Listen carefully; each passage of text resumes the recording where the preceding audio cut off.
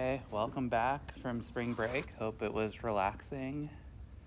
So today we're going to cover recommender systems and then dimensionality reduction. And then I think we'll have everything you need for homework 4. And after today's class, we'll move into modern machine learning, which will be really fun because it allows us to do all sorts of things. Still predict things, still do dimensionality reduction, but generate things, encode things, etc. So we're gonna move into a really fun part of the course. But today we're gonna finish up with recommender systems. So the goal of a recommender system is pretty complicated. It's to recommend things. And those things can be, for example, products,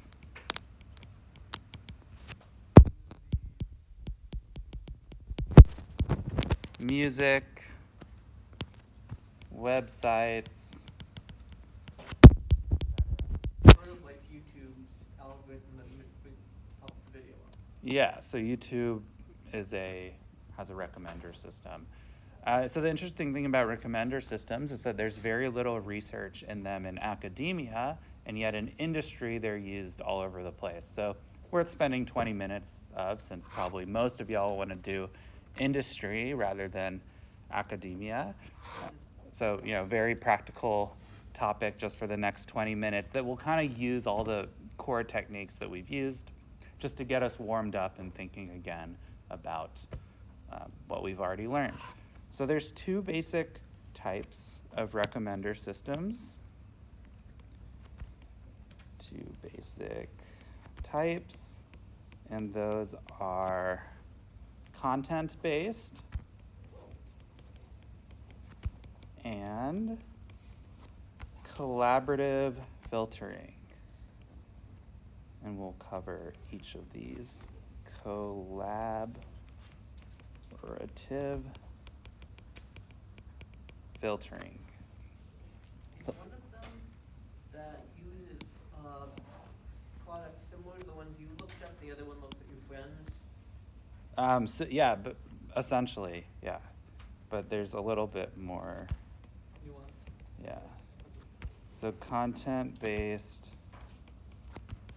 systems. So the first kind is where we recommend based on explicit features describing the content of an item. So recommend, I have to write recommend all out, but recommend based on explicit features that describe the content of the item. And the only other thing I'll say, and then we'll go straight into an example or a couple examples, is that users and items share the same feature space.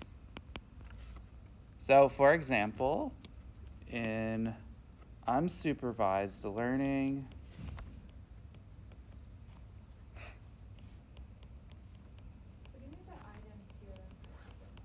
so like videos or things you can buy or music or anything. I guess like what I was wondering was are they like a training data set for this recommender model to work on?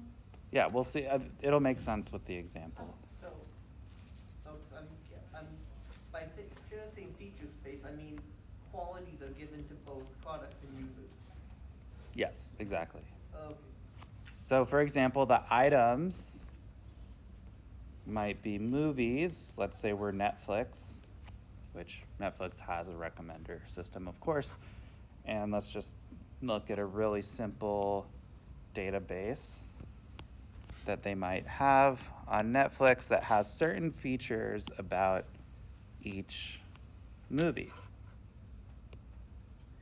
So those features might be, is it comedy or not? Is it less than 120 minutes? in length or in duration? Is it, is the language Korean, like if it's a K-drama? And does it take, I'm just making these up, does it take place in Canada? So those are, potential features. Probably you'd have many, many more features that include things about the director and the actors and all that kind of things. But let's basically metadata that you don't have to learn, but that you know by default about the movie. And so one way, that, again, this is just an example, there's many, many ways to implement recommender systems under each of these paradigms. But in this example, which is an unsupervised example, we have these features and they are binary. And we will also have some users in the database that have those same sets of features, and they might have, for example, indicated that they like these things, or we might put a 1 if they have liked other movies with that property in the past, etc. But either way, we eventually have those same columns for the users. Well, let's label the users A and B.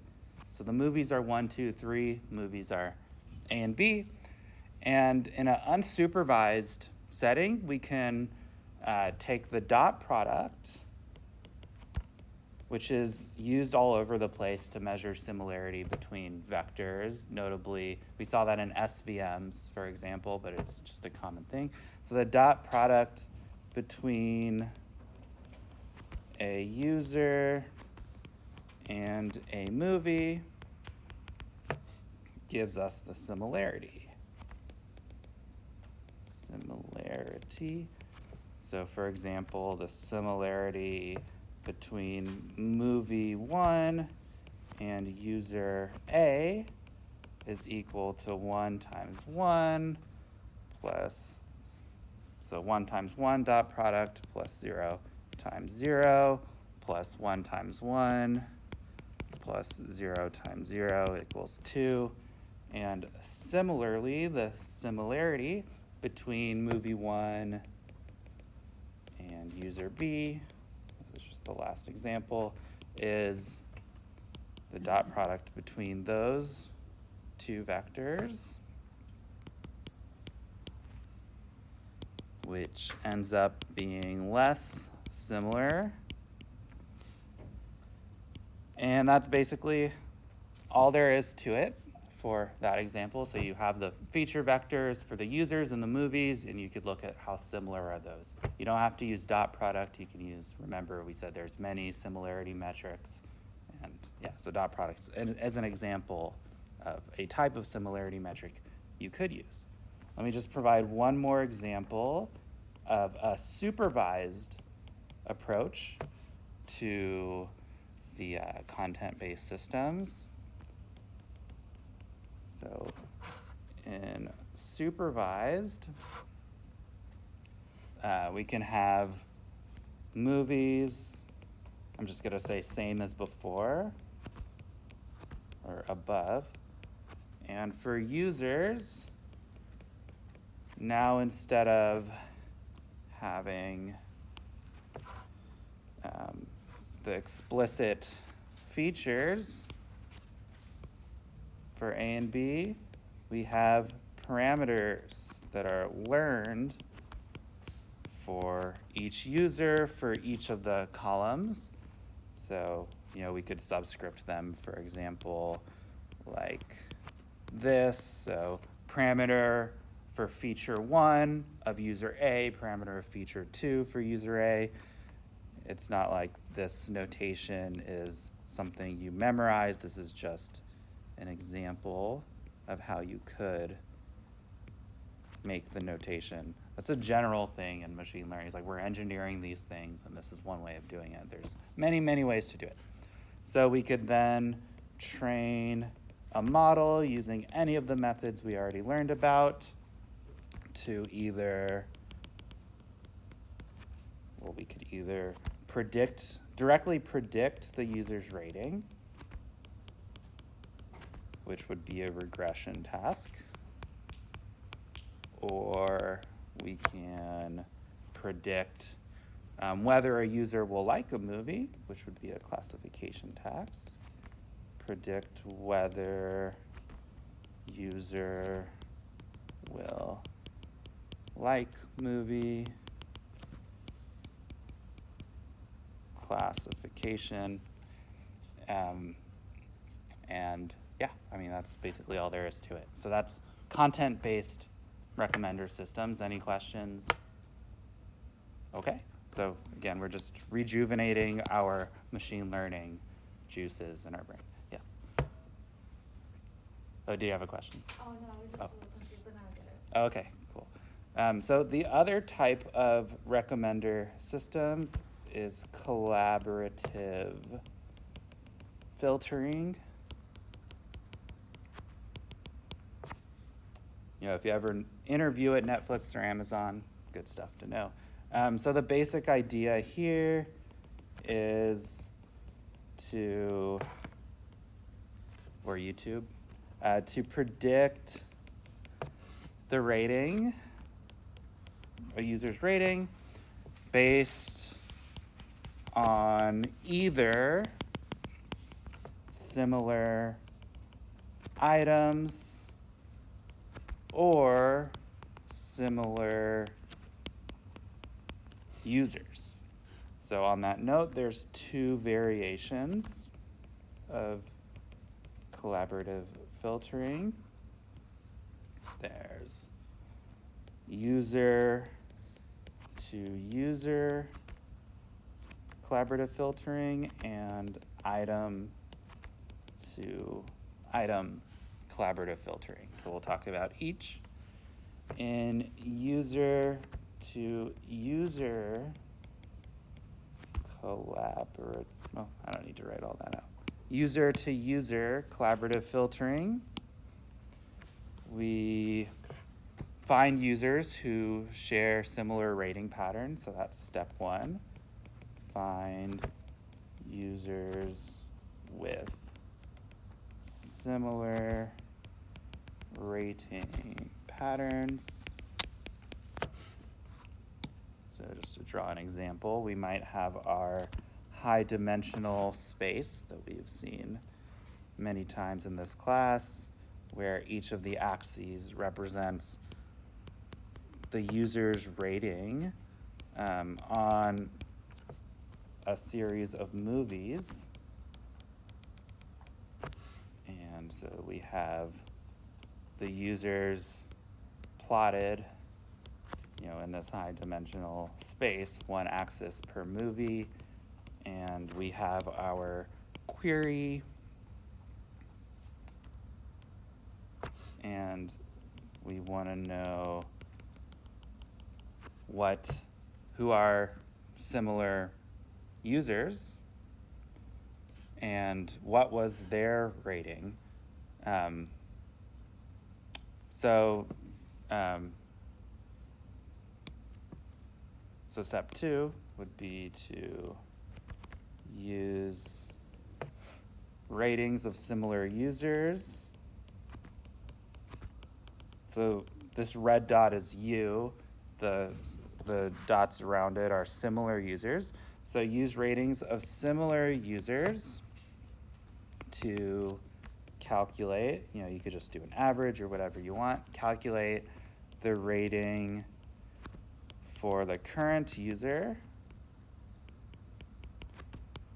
And when we say similar users, maybe you can add this detail just to, since this is kind of a review applied topic, you can use, for example, k nearest neighbors or k means, etc.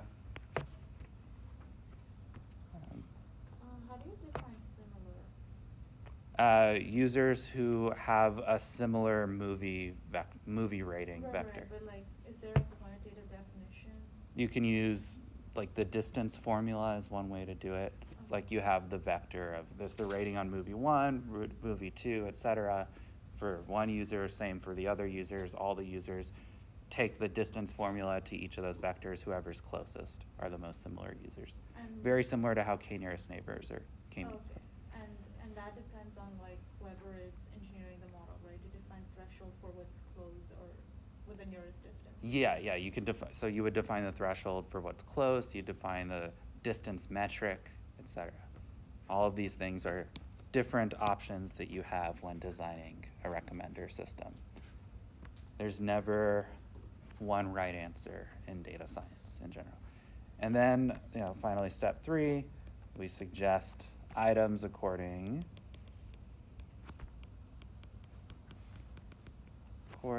to the highest predicted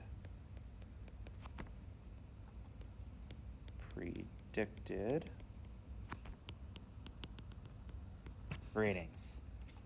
Okay, so that's user-to-user collaborative filtering. Item collaborative filtering is pretty similar, except you swap out the axes with users instead of movies. So item, collaborative. Oh wait, I wasn't writing collaborative filtering yet. Item, which is what you might see in some websites where it's like users who like product or movie or whatever X also like Y. Y'all have probably seen this in real world websites. And so I won't write steps, but basically the idea is that you find items that are similar to an item the user already bought based only on the ratings for that item.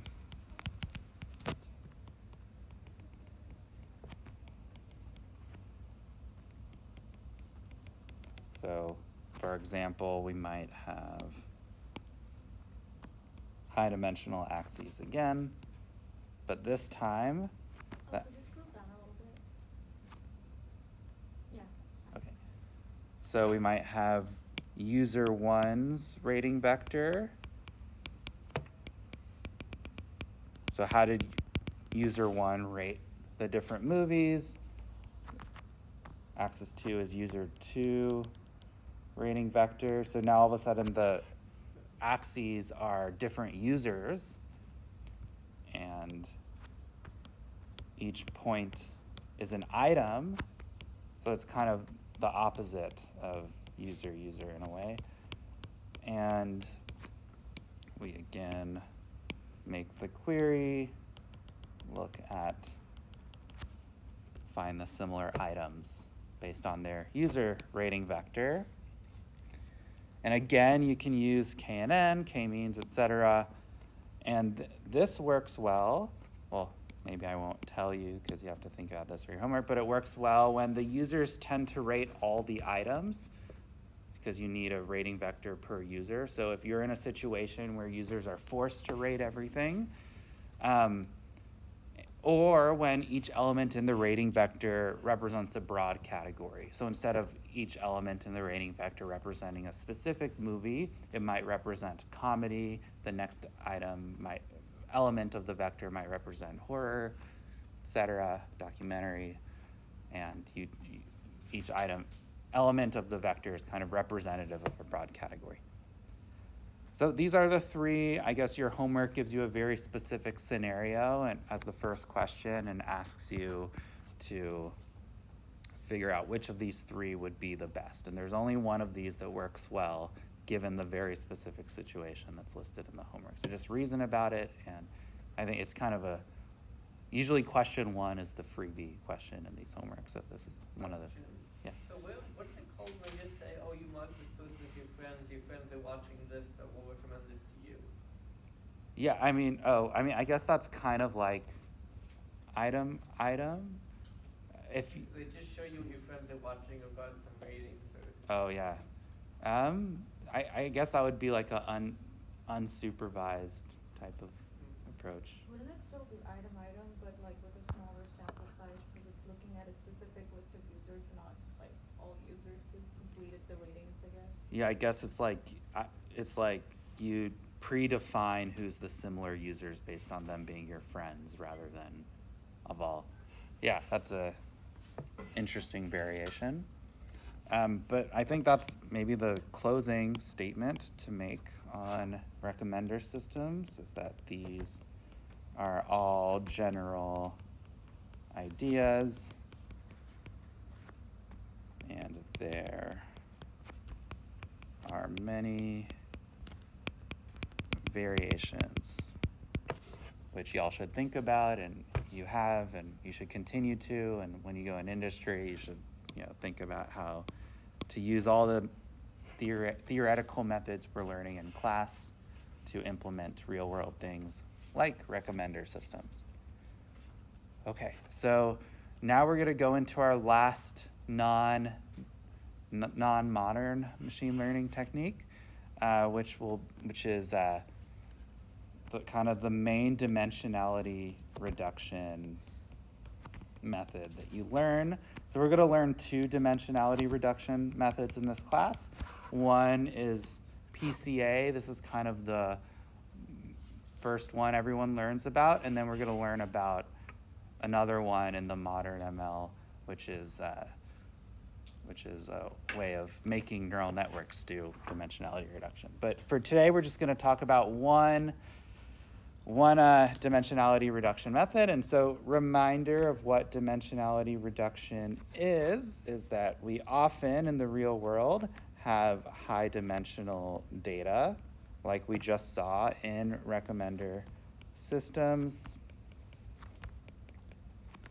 And we might want to visualize it. And if we have, 10,000 dimensions or features, kind of synonyms, we might want to visualize them, or we might want to prevent the model from overfitting.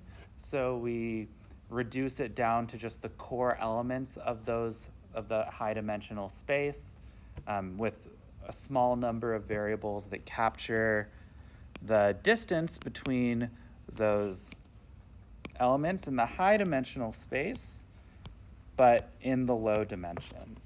So kind of like this picture we had in the first class. We have these elements in 10,000 dimensional space that have their distance in 10,000 dimensional space. If we project it down to 2-dimensional space, we want the same distance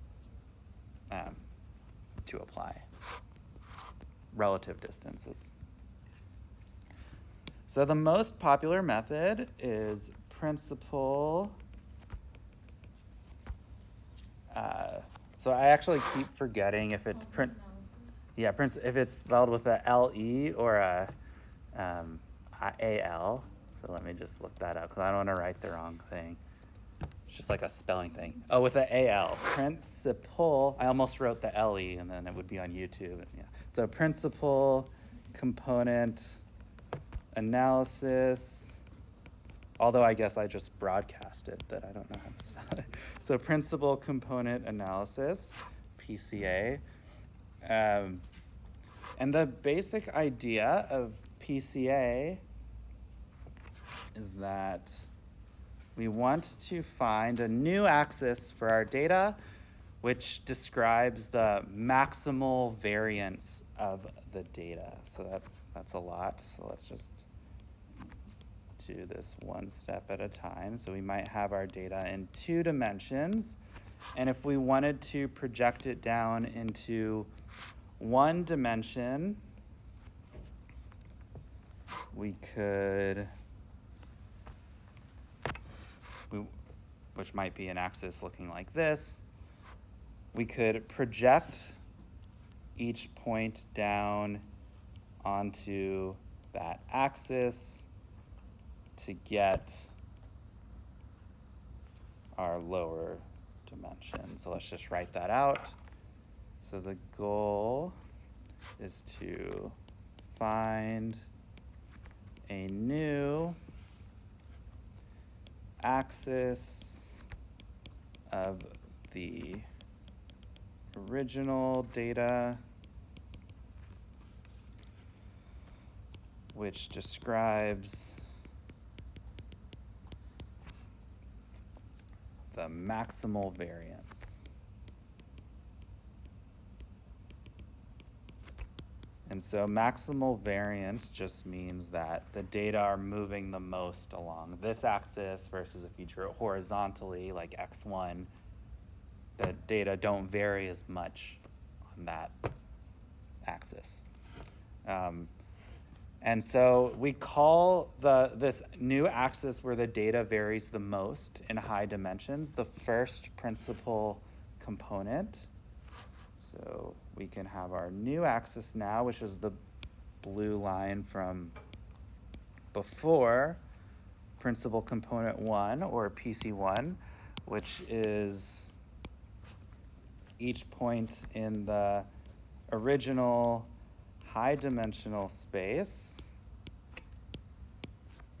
projected down into that line that describes the maximal variance of the data. And so maybe let me put the, well, anyways, you get the idea. So, so PC1 is the data in the reduced dimension. Right, so you see the maximal variance? Yeah. Variance meaning the maximal range? Yeah, let me draw this out a little more, this idea of maximal variance. So maximal variance visually would be, for example, just in a new plot, I won't do as many points, but like this line has, let's see, so like this is the maximal variance. This would be the minimal variance in this example.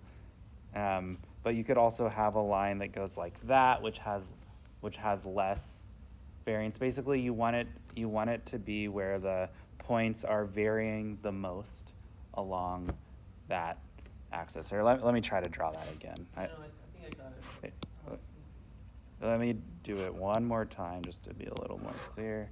That wasn't a great explanation.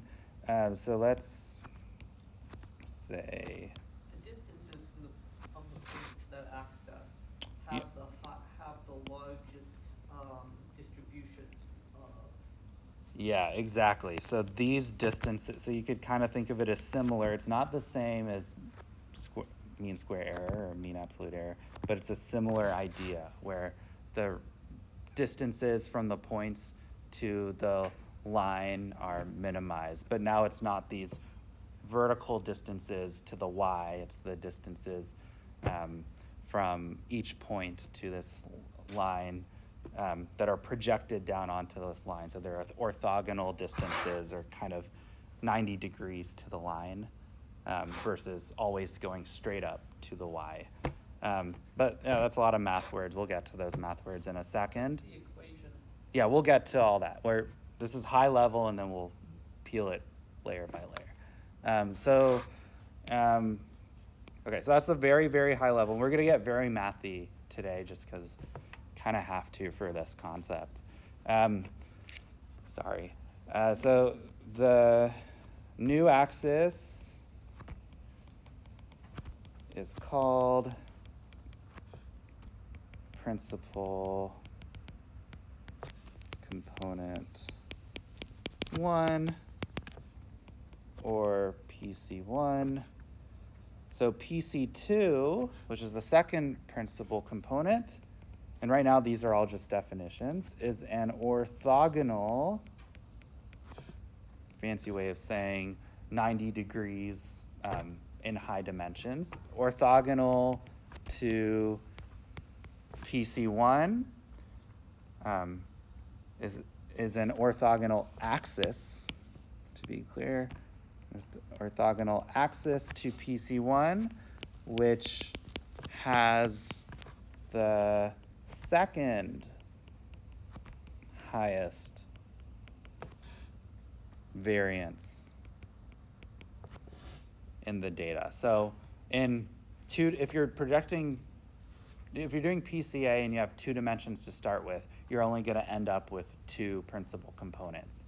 But the reason why dimensionality reduction in PCA results in dimensionality reduction is that, let's draw some visual examples, is if you only use the first few principal components, you might capture most of the variability in the data.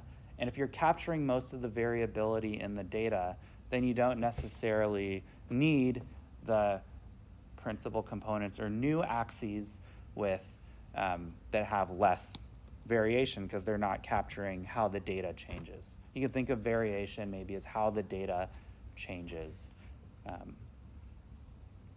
Yeah, so let's draw this out.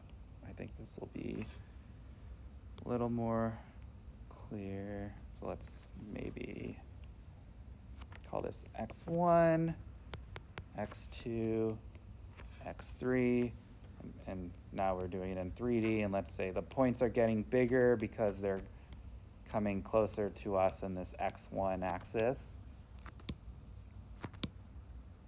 That kind of makes sense. They're jumping out of the page. So PC1 is going to be the axis the new axis describing the maximal variance of the data, which will go this way. So that would be PC1. Then PC2 is going to be orthogonal to that, which means it's a new axis that has a 90-degree angle with PC1 in one of the dimensions, and that is going in the direction of the second maximal variance, and maybe this direction has the lowest variance of the data, and so this would be PC3. So if we projected all the data onto just PC1 and PC2, we've reduced the dimensions down from 3 dimensions to 2 dimensions, but we're capturing most of the variability of the data. So basically, if we say we're going to ignore PC3 and we're going to move all of these points to this plane defined by PC1 and PC2, then we're capturing, actually let me make this a dotted line, we're capturing most of the variation of the points in the 3-dimensional space, but now it's only in 2 dimensions. Sorry, could you repeat why these points are I don't know, they're just frozen bigger and smaller? Oh, I'm just making it, bigger points mean they're coming closer to us in this axis, the axis coming out of the page. Oh, okay. I don't know a better way to draw that, but maybe, let me clarify that in the notes. Bigger depict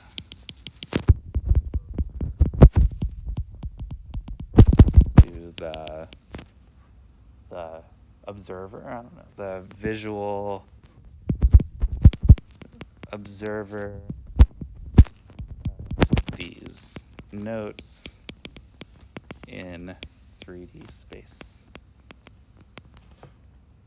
And so this axis defined by, it's really hard to draw this because we're talking about many dimensions and we're trying to talk about it in high level, but basically this plane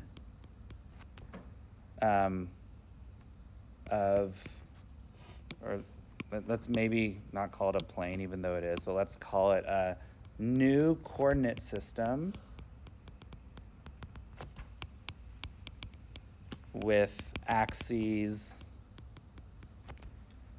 PC1 and PC2 with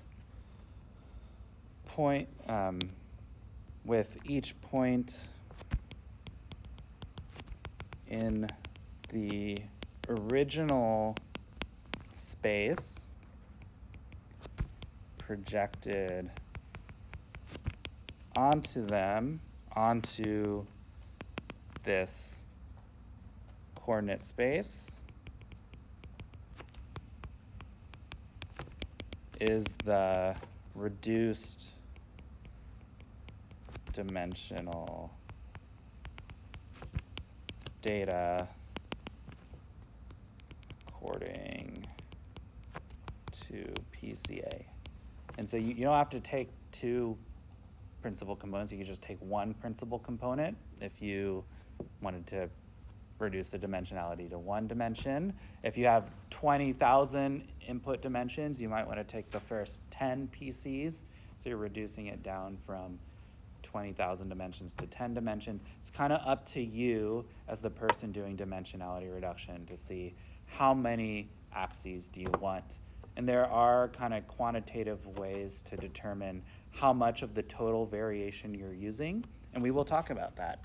But before we get there, any questions about the very, very high level of what principal component analysis is? Yes? I guess I'm just to understand why you would take like the line that gives you the maximum variance as PC1. Like, is there a practical logic behind that? Yeah, it's there's a very intuitive logic, which is that if this PC1 is showing how the data is changing the most.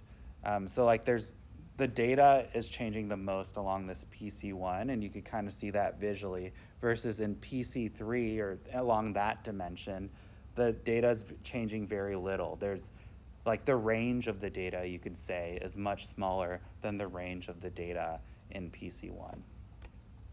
So it's supposed to reduce with each like principal component axis. Yeah, so but by the definition of principal component analysis, you make the first principal component have the direction with the highest variance or variability of the data or range of the data along that one axis. That's the definition. And then PC2 is the axis that's 90 degrees or orthogonal in high dimensions to that first axis with the second highest variability, and then you keep going. So that's just kind of like the definition of what PCA is. Okay. And I have one more question. Yeah. Is there a benefit to having a higher number of like PCs versus a lower number of PCs, like depending on how large your data set is? Like, Yeah. I mean, this is a problem that I deal with, like my data reduction, where like we need to define the number of principal components. Mhm. And so like typically, I guess the number we keep is equal to the size of the data set versus like we can reduce it, but not by too much. So I was wondering, like, is there a benefit to keeping it, let's say, 20 versus just reducing it all to one principal component axis? Yeah, so it depends on, so the question is like how do we know how many principal components to use? And it really depends on the data set. There's a way to, let's say you want to capture most of the variability in your data. You can, depending on your data set, different amounts of principal components can correspond to different amounts of variability. So for example, you can have a data set where you have one column that's the width of a rectangular box and another column that's the height of a rectangular box, but because it's a rectangular box, those columns are going to be the same. So you're not getting any additional information by having that other column, but you might have a third column that's like the color of the box represented in RGB, like the number value, and that's going to give you a lot of additional information. So it depends on the data set, but basically when does adding a new principal component stop giving you more information? And of course, the principal components are representing a combination of all of those features, but same intuitive idea as that. Okay, any other questions on just the intuition before we go to how to calculate PCs and then why that's how we calculate it? Okay, so this is kind of Okay, so how do we calculate these axes of maximal variation? Are you sure we understand? Because this is kind of a abstract. I have a Yeah. question. Assume we have some features, Yeah. and actually we are trying to select some of the features that span our space. Mhm. Yeah. Or Oh, is the, different from PCA. oh, is feature selection different than PCA? Is that the question? No, I mean, each of these features represent a vector Mhm. in our spaces. So we are trying to find the minimal vectors that can span our space. Yeah. Yes. We want to find the basic, I mean, to be technical, the unit vectors that describe the maximal variance of the data. There's nothing else to it than No, that. I mean for the three-dimensional space, we need three vectors. We need Oh, three yeah. independent vectors to Yeah. span our Yeah. whole space. Yeah. So in PCA, we are trying to find the minimum number of vectors that. Oh, yes, yeah, exactly. So there's the number of principal components is equal to the original dimensionality of the space. So if you have 20,000 axes to start with, you're going to have 20,000 principal components. So how's that doing dimensionality reduction? Well, if you can get 95% of the variability of the data explained with the first 5 PCs, then you don't need to know PCs 6 through 20,000, and you can just project all the data onto those first 5 PCs, and you're basically getting 95% or you're exactly getting 95% of the variability of the data defined by those 5 new axes rather than the 20,000 axes. So it's this trade-off between number of axes and amount of variability explained, and it's kind of a logistic curve and how much new information you get with each axis that you add. Did that clear things or make things more confusing? Actually, I have a question. Maybe two of these features have correlation with each other, Mhm. and we were trying to remove one of these features. For example, shoe size and the height of the person. Mhm. These two features are correlated with each other, Mhm. and I think we don't remove one of these features in the PCA. Am I correct? Yeah, so PCA doesn't do feature selection. Oh.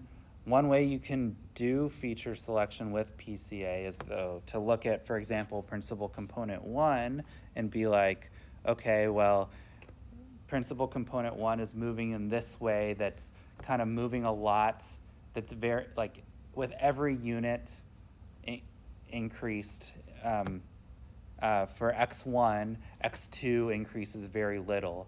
So in PC1, it's moving a lot in the direction of X1 and very barely moving in the direction of X2, and therefore X2 doesn't seem to be that important. So you could do feature selection with dimensionality reduction, but they're two different concepts.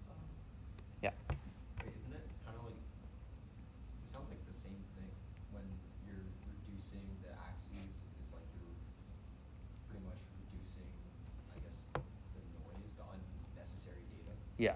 But it's not the same thing. It's not the same thing, mathematically. It could fulfill the same purpose, which is exactly as you said, reducing the noise. But in feature selection, you're removing entire features. Here, you're taking the original data and putting it down into this new feature space that's still going to have a little bit of the other features. Oh. Maybe like one way to see that, let me draw this out in 2 dimensions. So let's say we have X1, X2, and the data are like this, where they really move in the X1 space. Maybe I should have drawn this to start with. And they barely move in X2.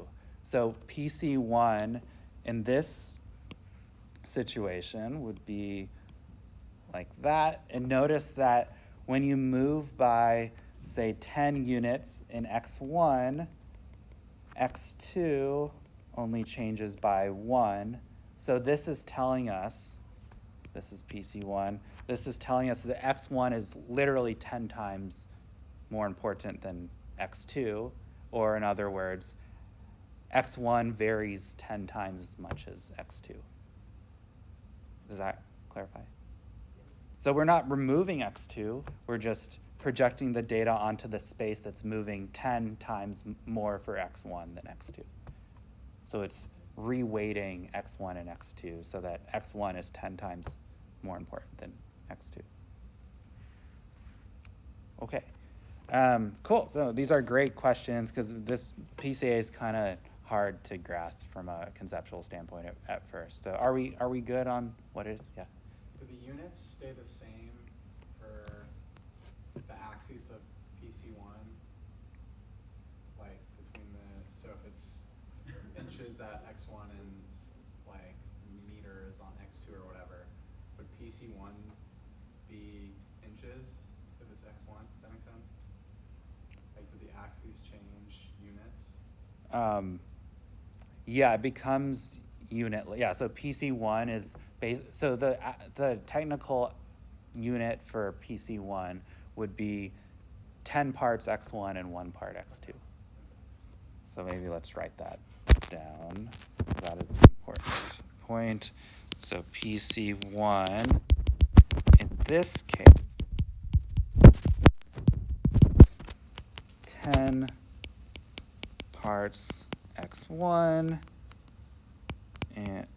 and 1 part x2. And just to answer what was brought up earlier, in other words, x1 is 10 times more mathematically rigorously variable. It varies 10 times more than x2.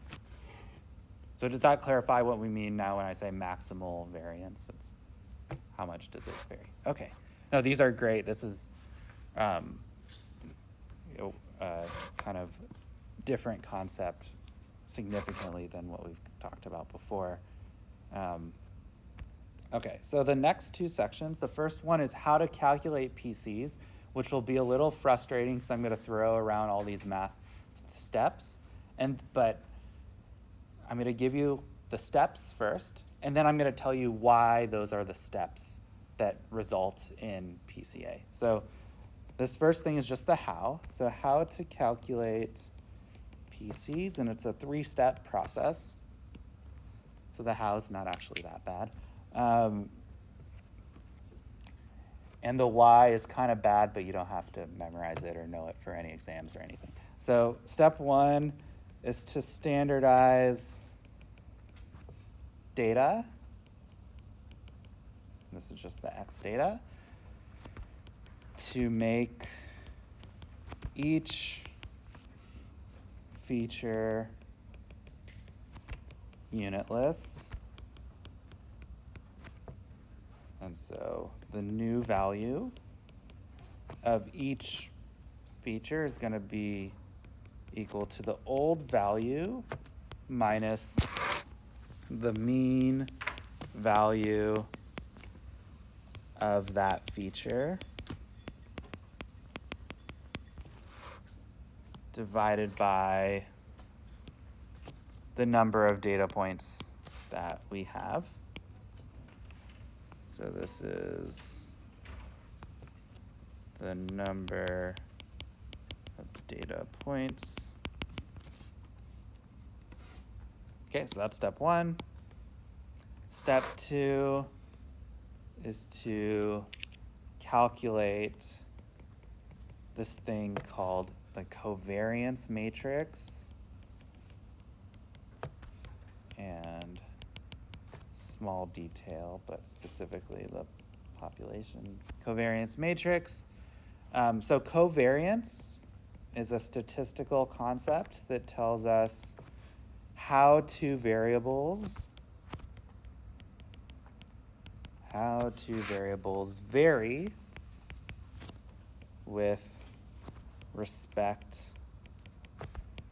to each other. And it has a specific formula that you usually learn in a stats class. So the covariance between two variables A and B is equal, well, first of all, it's often denoted just as cov of A and B, not COVID, which is equal to the summation of all of the elements of A minus the mean value of A times all the elements of B minus the mean value of B divided by the total number of data points. And so the covariance matrix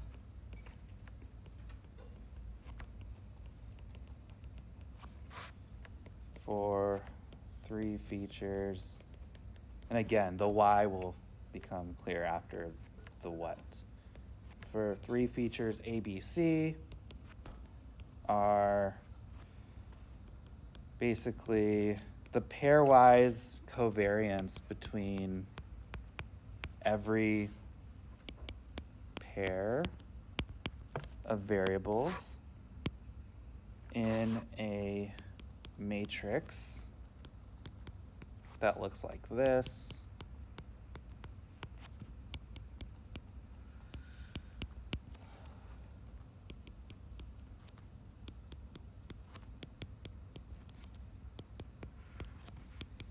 Sorry, was N, in the first, Number of data points. oh, number of data points. Yeah, okay. same as in the formula above.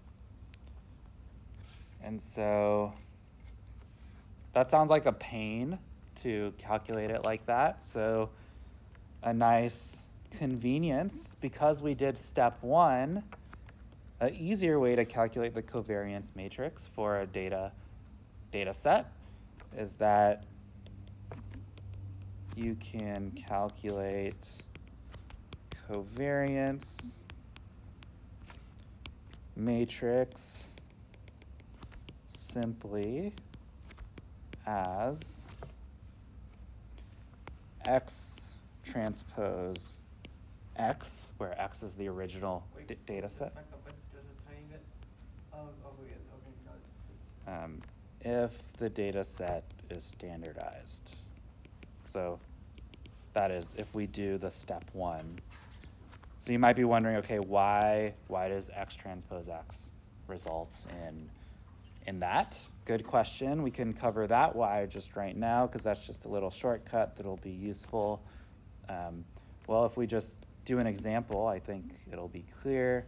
So let's say we have a small data set with feature 1 and feature 2 with data point 1, data point 2, data point 3, and it has the values A, B, C, D, E, F. So X transpose X, using the properties of matrix multiplication, is going to be X transpose, which would look like this if you recall from our linear algebra lecture, times X. And I don't know why that line got there, which recall that when we do matrix multiplication, we take the row of the first matrix and multiply it by the column of the second matrix, and wherever they intersect, if we take the dot product between those two vectors, that is the value at that position. So the value of the top left position of the matrix,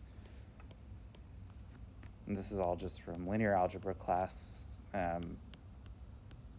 is that, which turns out to be equal to the covariance between feature 1 and feature 2, because if we look at the definition of covariance, it's on the numerator, it's every element of A times every element of B. Notice that we subtract out the mean and divide by n, but that was exactly what step 1 was. So because we've pre-subtracted out the means and pre-divided by n, we just all that's left is to multiply every element feature-wise. So kind of cool. So that's why we do step 1, by the way. And so we do that for every element, but basically we end up, doing the same thing for this element. Is equal to the covariance between,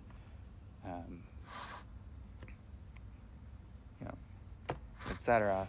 I don't need to draw this all out, so I think I'll just do ... But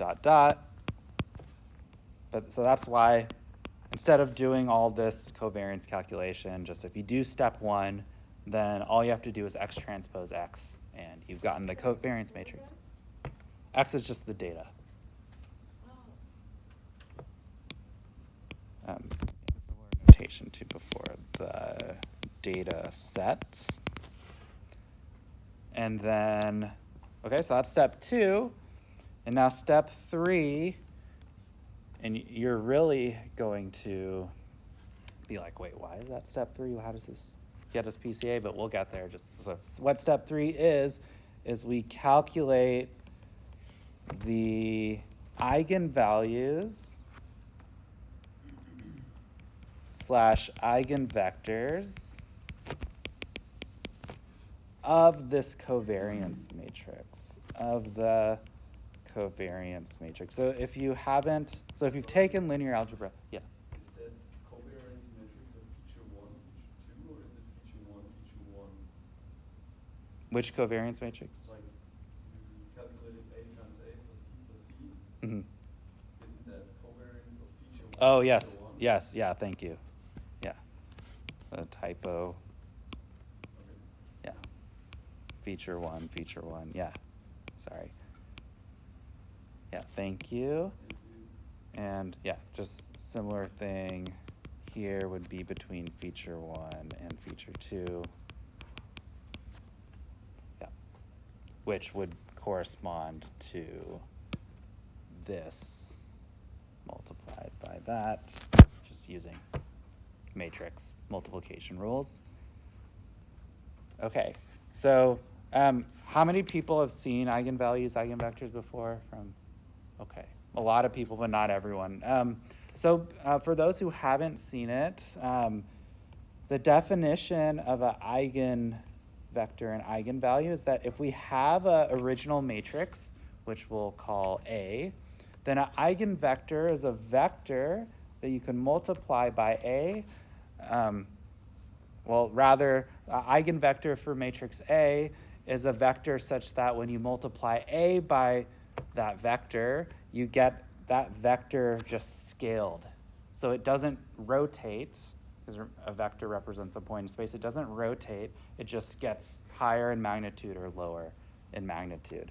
And the amount that it increases or decreases in magnitude is called the eigenvalue. And that vector with that property is called the eigenvector. So this is talked about extensively in linear algebra class. If you don't know it, or if I'm not going to do a whole linear algebra class here, but that's what it is. That's like the definition. And for this class, you can just like go onto the internet and type eigenvalue calculator, and just for that homework question. So you just take the data set, standardize it, covariance matrix, so X transpose X, put it in an eigenvalue calculator. And so it should be a pretty easy homework problem, actually. But you're probably wondering, like, why are we doing this? How does this give us the PCA? So that's what we're going to cover next. And, it actually, all these resources online don't do such a good job of explaining it. So I'm going to try to, and part of the reason is that, unfortunately, there's not a good intuitive reason as to why taking the eigenvalue and eigenvectors of the covariance matrix gives you the PCAs. There's a mathematical proof, and I will outline that for you. But sadly, that mathematical proof isn't super enlightening.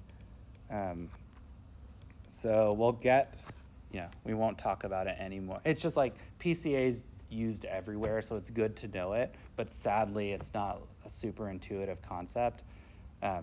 So I'm not a huge fan, but that's okay, because you got to know it if you're doing a machine learning class.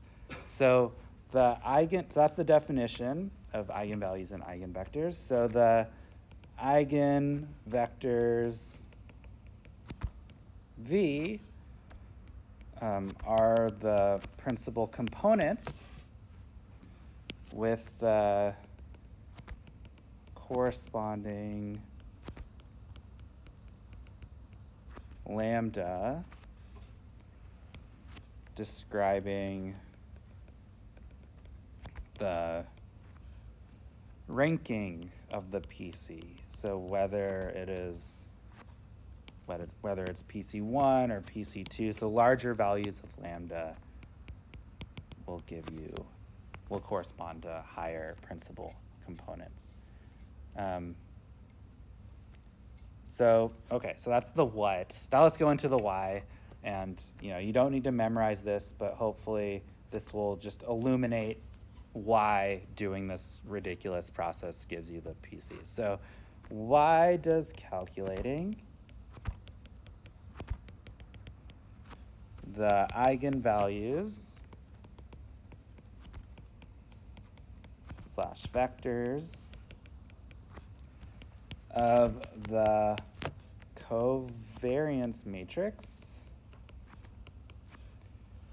give the principal components, aka direction of maximal variance. Give the direction of maximal variance. So this is where this will be fun for the math heads, but otherwise, no need to memorize. But it's kind of extensive, so I'm also gonna give an outline for the proof because we have 15 minutes. If you want a full, more details, not only for this, but if you go back to SVMs, I think one of the comments, especially for grad students, was that you wanted more rigorous math, which is interesting because some students thought it was also too much math. But if you want more rigorous math, and the course readings website, if you go down to this fundamental learning algorithms, this Mathematics for Machine Learning by Mark Deisenroth, I think is an excellent book. And I'll open it up here. If you go to chapter 10, it explains everything rigorously. And we're going to walk through some of this, but also for some of the other concepts in this class. Like if you go back to the SVM chapter, you can get a more formal proof of with the Lagrange multipliers and all that. So the lambda is the eigenvalue? Yeah. Yes, exactly. Yeah. The lambda is the eigenvalue, and that's a constant. So the outline for this proof is we're going to start with, what are we trying to do? We're projecting the data onto the new axis, right? So we're projecting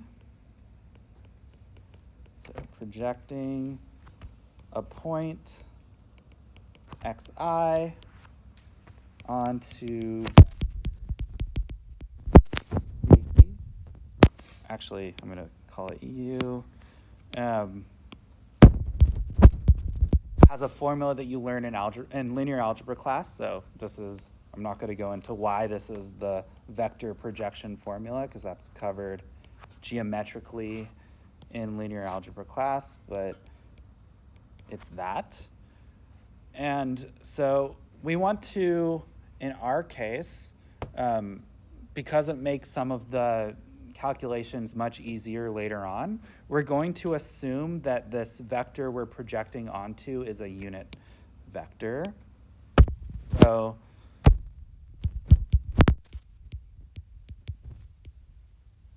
things easy, like people use mathematical conveniences because it makes things easier. So to make things easier, we will a unit by definition means that its norm is 1. So that's the definition of a unit vector. So we could cancel it out. And so in our case, because we're dealing with unit vectors, projecting a point onto that unit vector is simply that unit vector transpose the point. That's see linear algebra class for more details and Pythagorean theorem basically. So the mean of the projections then would follow be U transpose mean of X. Okay, that's not too bad. The variance of these projections, remember, we want to find, when we project the points, we want the axis with maximal variance, right? So what is variance of the projections? The variance of the projections is, again, using another formula from statistics, which is the variance formula. So given that this is the mean of the projections, the variance, if you recall from stats class, or if you haven't learned it, this is what it is. It's just each element of a vector minus its mean squared, summed up. So in this case, we have each element of our data, each of our data points projected, minus the mean of those points squared. That's using definition of variance, which ... algebra comes out to be in this way. It comes out to be this: U transpose xi minus x bar, xi minus x bar times u, which, if we factor out the u's, so put the U transpose on that side and the U on this side, and we keep everything else in here. Again, you don't have to memorize, but it's just good to see it. Well, this middle term should look familiar. This is the definition of the covariance matrix. And so we're going to, just for mathematical notation convenience, just write this as U transpose SU. So we're going to just say the covariance matrix is equal to S, so we don't have to write down that crazy sum each time, but you know what a covariance matrix is from before. So we kind of get the covariance matrix just from this idea of, okay, we're projecting onto the points. We want to find the maximal, the maximal variance for those projected points. Well, the variance of those projections is given by the vector we're projecting onto, transpose, times the covariance matrix times that vector by this derivation. Okay, so let me write, just to be super clear, this is the covariance matrix. And this whole thing is the variance of the projections.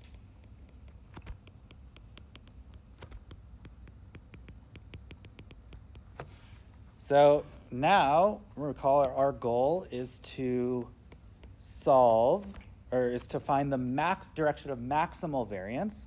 So we're going to solve an optimization problem. We want to find the max of this U transpose SU.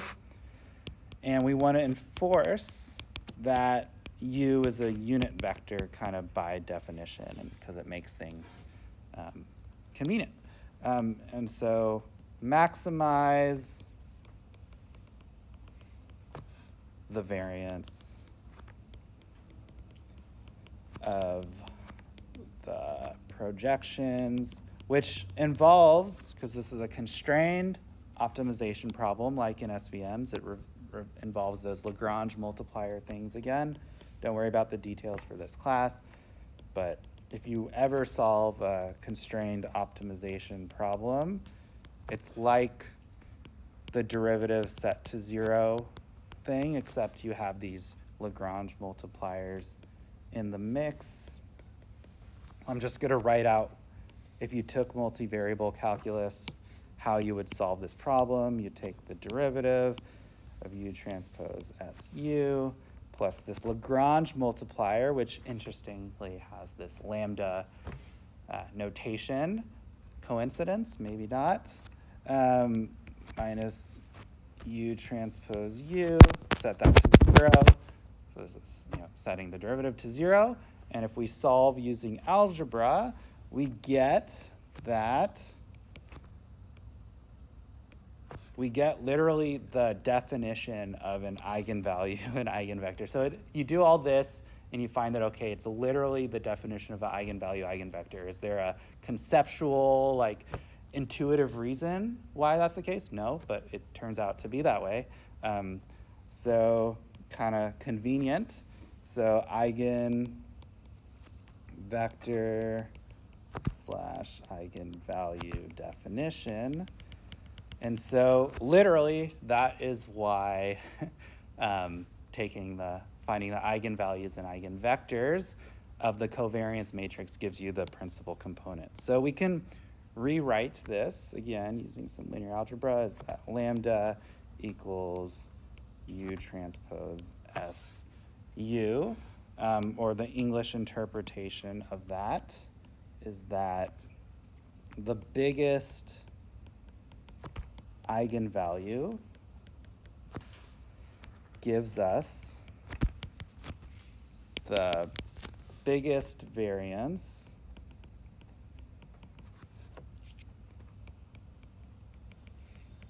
of the projected data.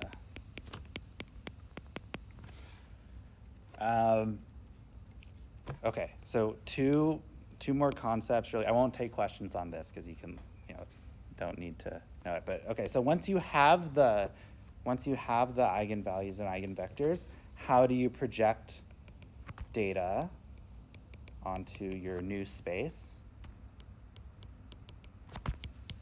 Onto Wait, is this all a part of justifying whether you use eigenvalues, eigenvectors? Oh, no, sorry, that's the end of that. Oh. Thanks. So how to project data onto the PC space, where you take your principal component and you multiply it by your original data, kind of by the definition of a vector projection from step 1 of the proof. So this is our principal component. This is our original data. So because we force them to be unit vectors, it's really easy once we've found the principal components to convert our data into principal component space. You just take the dot product between them. Okay, one last thing. So because, so we had questions early when we were introducing this about how do we know how many principal components to use? So that's a good question to end on. And now that we've defined it, we can talk about a quantitative answer to that. So how many principal components to use?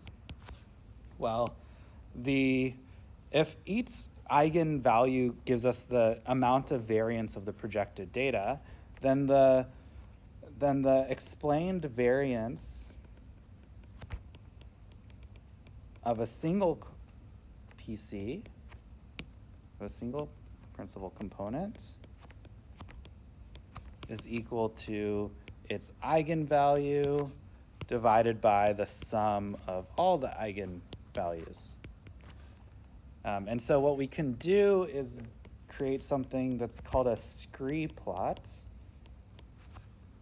which basically looks like this, where the x-axis is the number of principal components and the y-axis is the percent of explained variance, aka the sum of this formula